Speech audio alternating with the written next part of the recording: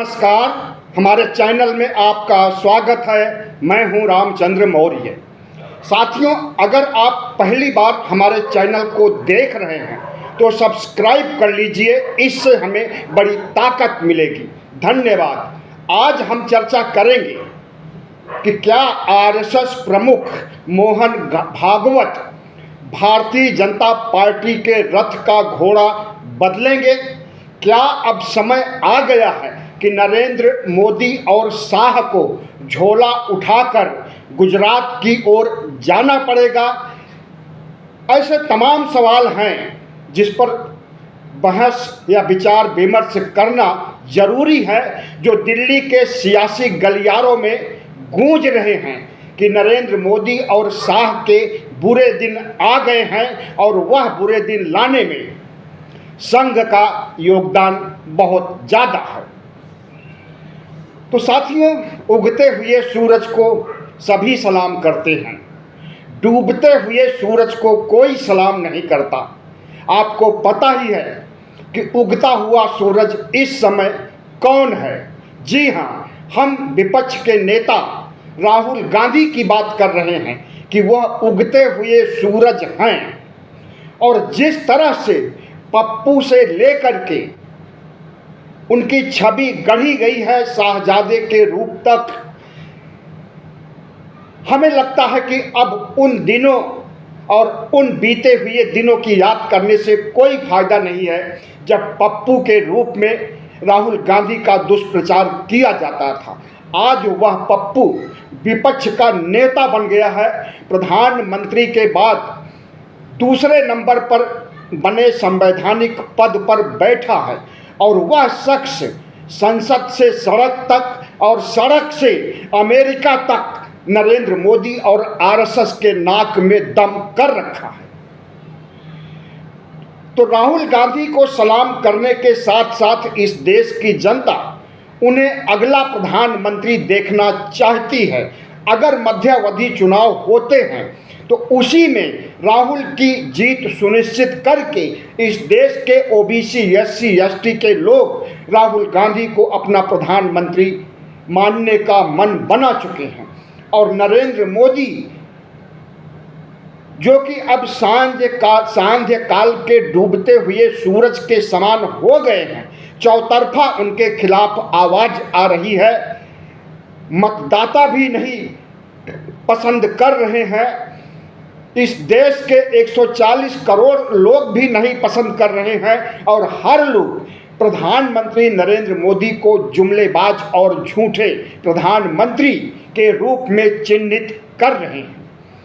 लेकिन आरएसएस और भारतीय जनता पार्टी के बीच का टकराव अब इस मोड़ पर आ गया है कि लगता है कि प्रधानमंत्री नरेंद्र मोदी को सत्ता से हटाए, सत्ता और पार्टी से हटाए बिना आरएसएस चैन की सांस नहीं लेने वाला है।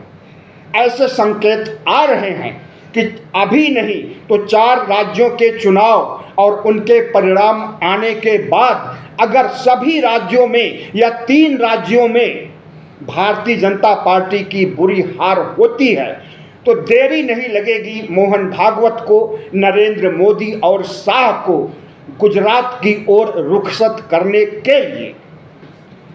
प्रधानमंत्री नरेंद्र मोदी 17 सितंबर को 74 साल पूरे कर लेंगे, 75वें में प्रवेश करेंगे और 17 सितंबर 2025 को 75 साल पूरे कर लेंगे, 76वें में प्रवेश करेंगे। प्रधानमंत्री नरेंद्र मोदी ने ही 2014 में मार्गदर्शक मंडल का निर्माण किया था और उसमें 75 की उम्र पार कर चुके सभी शीर्षस्थ नेताओं को डाल दिया गया। अटल बिहारी वाजपेयी, मुरली मनोहर जोशी, लाल कृष्ण आडवाणी सहित तमाम दिग्गज नेताओं को जो 75 पार कर चुके थे उन्हें मार्गदर्शक में मंडल में डाल दिया गया और कहा कि ये हमारी सरकार का और इस देश का मार्गदर्शन करेंगे और अब इनकी उम्र नहीं रह गई है कि यह देश पर राज करें।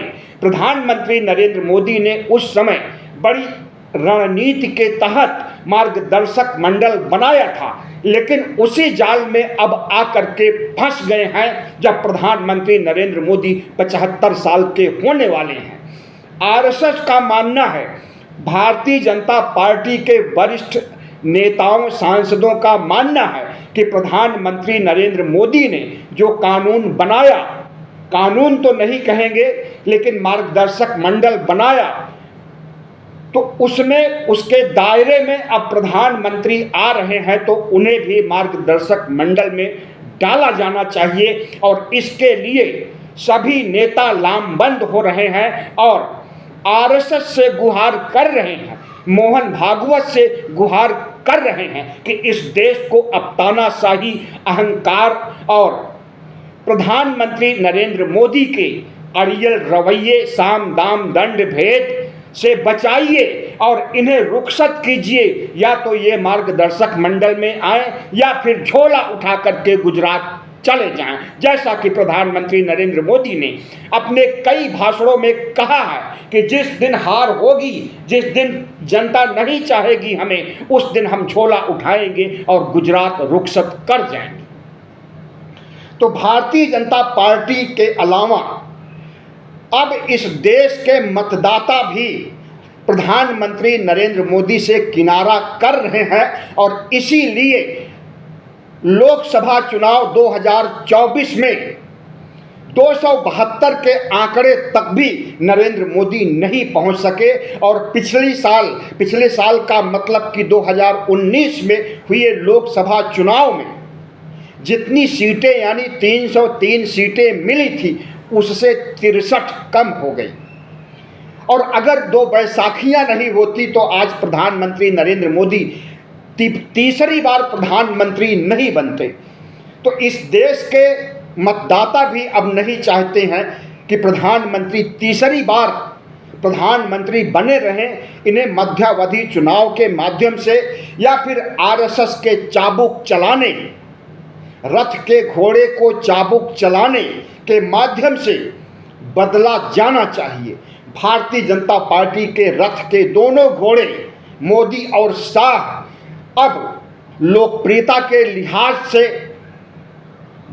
रथ में शामिल रहने के लायक नहीं रह गए हैं। और जिस तरह से उनका अहंकार सिर चढ़ करके बोला, उनका तानाशाही रवैया सिर चढ़ करके बोला, विपक्ष को दुश्मन मानने और दुश्मन की तरह ट्रीट करने का दोनों घोड़ों का अहम जिस रूप से सामने आया और विपक्ष को निपटाने का काम किया, उससे संघ सुख खुशी नहीं है।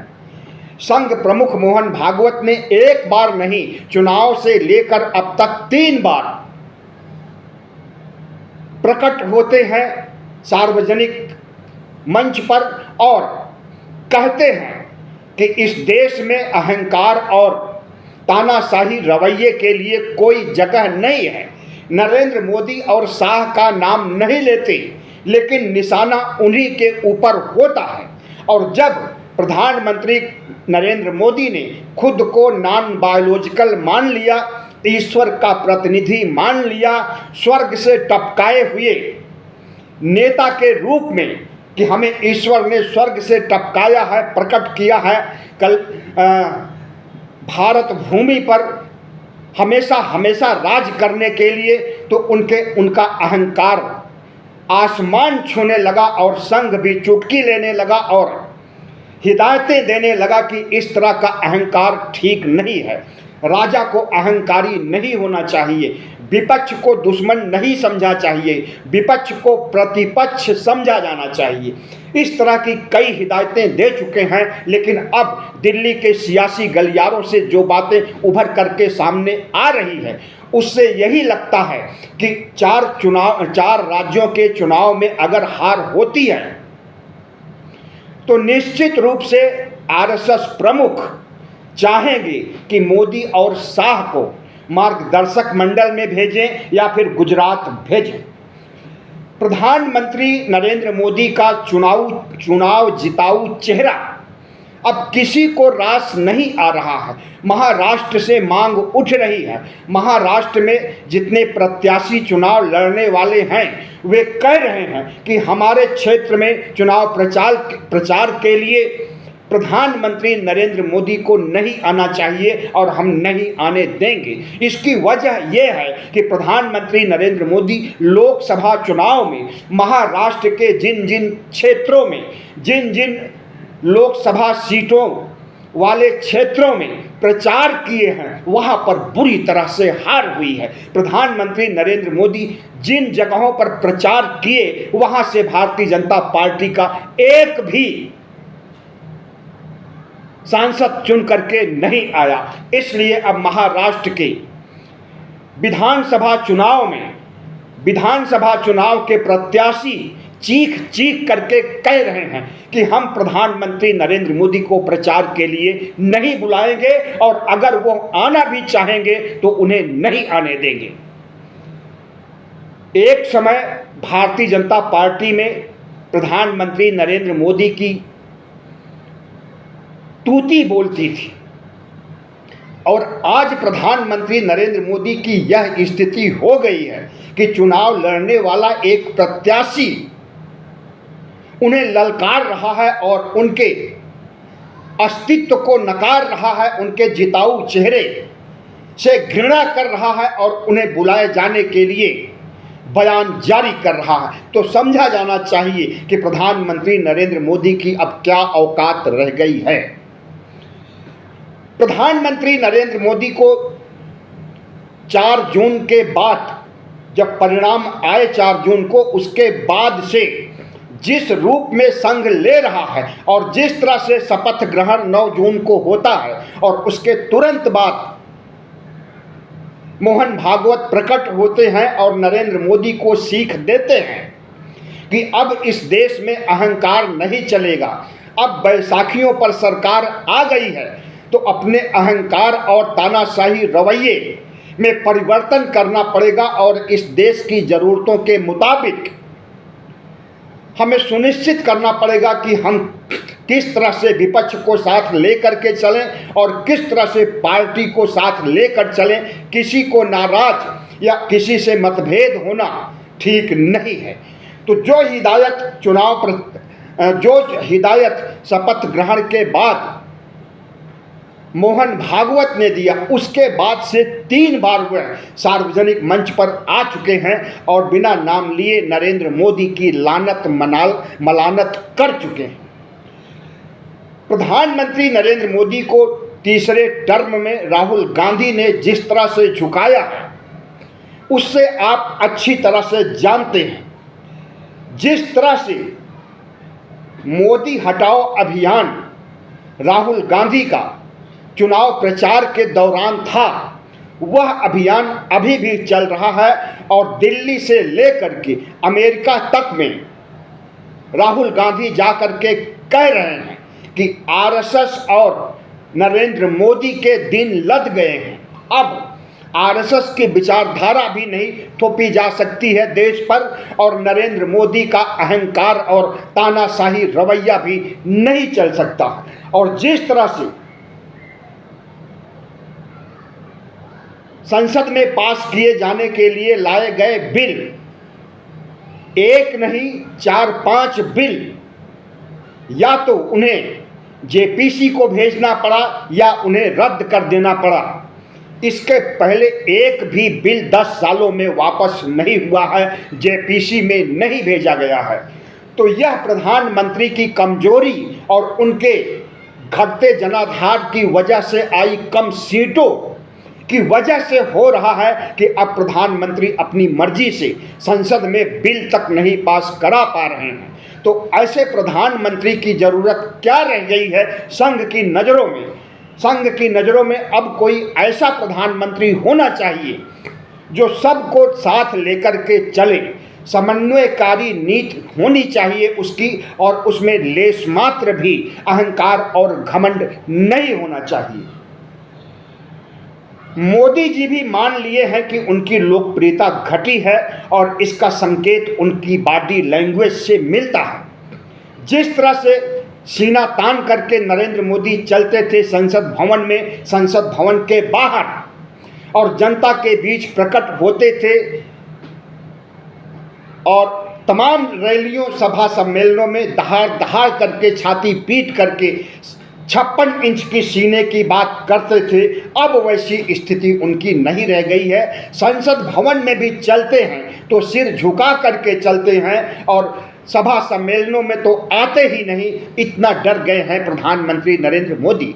4 राज्यों के चुनाव सिर पर हैं, लेकिन एक राज्य में भी आप बताइए, अगर नरेंद्र मोदी की कोई रैली किए हों या कोई रोड शो किए हों या फिर विपक्ष को हराने के लिए कोई रणनीति बना करके जनता के सामने आए हों और वोट देने की अपील भारतीय जनता पार्टी के लिए किए हों, ऐसा कहीं भी नहीं हुआ। ये वही नरेंद्र मोदी हैं जब किसी राज्य में चुनाव होने के 6 महीने या 1 साल पहले से चुनाव प्रचार शुरू कर देते थे। याद कीजिए 2022 में जब उत्तर प्रदेश विधानसभा का चुनाव का रिजल्ट जिस दिन आया था 10 मार्च को, उसी दिन प्रधानमंत्री नरेंद्र मोदी गुजरात निकल गए थे, क्योंकि गुजरात का चुनाव निकट भविष्य में आने वाला था।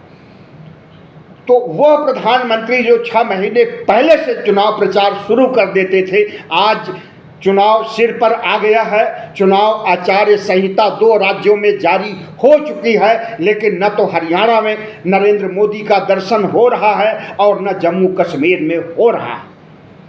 खबर है कि 16 सितंबर को प्रधानमंत्री नरेंद्र मोदी हरियाणा में रैली करने वाले हैं, भारतीय जनता पार्टी को जिताने की अपील करने वाले हैं। लेकिन हमें नहीं लगता कि प्रधानमंत्री नरेंद्र मोदी 16 सितंबर को भी हरियाणा में प्रकट होंगे और पहले की तरह 56 इंच के सीने को पीटते हुए कहेंगे, हरियाणा वासियों को संबोधित करेंगे कि हमें वोट दीजिए, क्योंकि हरियाणा में प्रधानमंत्री नरेंद्र मोदी की पार्टी बहुत बुरी स्थिति में है। किसान भी नाराज हैं, बेरोजगार भी नाराज हैं, जाट भी नाराज हैं, खिलाड़ियों की वजह से युवा तो नाराज हैं ही, इस देश की हरियाणा की महिलाएं भी नाराज हैं। तो हरियाणा में 10 सालों के कुशासन से वहां की जनता त्राहिमाम कर रही है, और अगर इस तरह से नरेंद्र मोदी 16 सितंबर को हरियाणा पहुंचेंगे तो हो सकता है उन्हें काले झंडे भी दिखाए जाएं। और प्रधानमंत्री नरेंद्र मोदी जिस राज्य में हारने वाले होते हैं वहां चुनाव प्रचार के लिए नहीं जाते हैं, क्योंकि अगर चुनाव प्रचार करेंगे और हार हो जाएगी तो प्रधानमंत्री के चुनाव जिताऊ चेहरे पर प्रश्न चिन्ह खड़ा हो जाता है, और वह प्रश्न चिन्ह आरएसएस और भारतीय जनता पार्टी के लोग और विपक्ष के लोग तो करते ही हैं। इस देश के मतदाता भी सवाल उठाने लगते हैं कि नरेंद्र मोदी का वह चेहरा, चुनाव जिताऊ चेहरा कहाँ चला गया। 2014 से 2019 और 24 तक जो आसमान छूता था। तो इस वजह से प्रधानमंत्री नरेंद्र मोदी बैक फुट पर आ गए हैं, और राहुल गांधी ने जो ओबीसी कार्ड खेला है और आरएसएस ने ओबीसी कार्ड को मंजूरी दे दी है, इससे लगता है कि वैचारिक रूप से आरएसएस राहुल गांधी के आगे झुक गया है। भारतीय जनता पार्टी और नरेंद्र मोदी भी राहुल गांधी के सामने झुक गए हैं, और प्रधानमंत्री का शैडो ऑफ पीएम कहलाने वाले राहुल गांधी जिस तरह से टक्कर दे रहे हैं नरेंद्र मोदी को, हमें तो लगता है कि प्रधानमंत्री नरेंद्र मोदी इसी वजह से अपने आत्मविश्वास को खो गए हैं, और जो व्यक्ति आत्मविश्वास को खो देता है वह व्यवहारिक धरातल पर उपलब्धियां नहीं हासिल कर पाता है।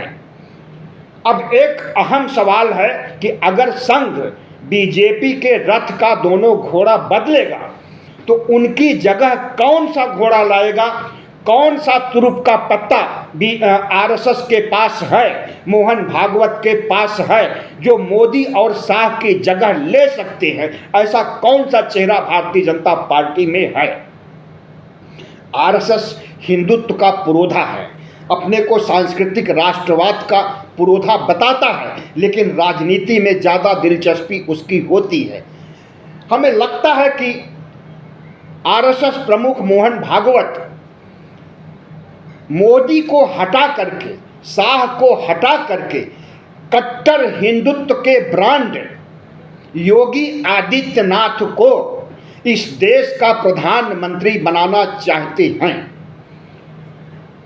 क्योंकि जिस तरह से मोदी और शाह योगी को पसंद नहीं करते हैं, लेकिन उन्हें पसंद करने के लिए मजबूर कर दिया संघ ने। आपने देखा होगा कि केशव प्रसाद मौर्य जो सालों से योगी आदित्यनाथ का विरोध करते रहे हैं, स्टूल पर बैठाए जाने के बाद से जितना विरोध करते रहे हैं, इधर वह विरोध और सामने आ गया था और शाह द्वारा केशव मौर्य को उकसाने के बाद केशव मौर्य का अंतर्द्वंद्व उभर करके सामने आया था और वह खुद उत्तर प्रदेश का सीएम बनने के लिए योगी को हटाने के पक्ष में तमाम प्रयास कर चुके हैं। लेकिन वही केशव प्रसाद मौर्य एक दिन प्रकट होते हैं आरएसएस के दबाव से और कहते हैं कि योगी आदित्यनाथ उत्तर प्रदेश के सबसे अच्छे सीएम हैं और नरेंद्र मोदी दुनिया के सबसे बड़े अच्छे पीएम हैं। तो रातों रात किस तरह से केशव प्रसाद का सुर बदल गया, यह सब संघ की वजह से हुआ। यह कतई नहीं कहा जा सकता है कि बीजेपी पर संघ की पकड़ नहीं है। संघ की पकड़ है और अपनी पसंद का अध्यक्ष भी संघ भारतीय जनता पार्टी का अध्यक्ष बनाने जा रहा है। और भारतीय जनता पार्टी में जो अहंकार और तानाशाही रवैया व्याप्त है, इसे केंद्र बिंदु बना करके नरेंद्र मोदी पर, शाह पर निशाना साधने में चूक नहीं रहा है। और अगर 4 राज्यों में बुरी तरह से हार होती है तो निश्चित रूप से मध्यावधि चुनाव की जरूरत नहीं पड़ेगी। शाह और मोदी को मार्गदर्शक मंडल में भेज दिया जाएगा या फिर गुजरात जाना पड़ेगा। इनकी जगह पर अगर योगी आदित्यनाथ आते हैं तब तो ठीक है, वरना जो कि कट्टर नहीं हैं, सबको साथ लेकर के चलते हैं और आरएसएस के पुराने कार्यकर्ता, प्रचारक और स्वयंसेवक हैं राजनाथ सिंह, इन्हें लाया जा सकता है, या फिर नितिन गडकरी जो नागपुर की कमान संभालते हैं और आरएसएस के बहुत नज़दीकी माने जाते हैं, नितिन गडकरी को प्रधानमंत्री के रूप में पेश कर सकता है संघ। अब ये समय बताएगा कि कौन रिप्लेस होता है और कौन हटाया जाता है, कब हटाया जाता है। नरेंद्र मोदी को कमतर आंकना संघ के लिए मुसीबत भी बन सकता है, पार्टी में बगावत भी हो सकती है, पार्टी टूट भी सकती है। तो मोहन भागवत को बहुत ही विचार विमर्श और गंभीरता पूर्वक कोई निर्णय लेना होगा। एकाएक लिया गया निर्णय हम समझते हैं कि भारतीय जनता पार्टी को और संघ को डुबाने के ही काम आएगा, उबारने के काम नहीं आएगा। बहुत बहुत धन्यवाद। हमारे चैनल को सब्सक्राइब कीजिएगा, लाइक कीजिएगा और शेयर कीजिएगा।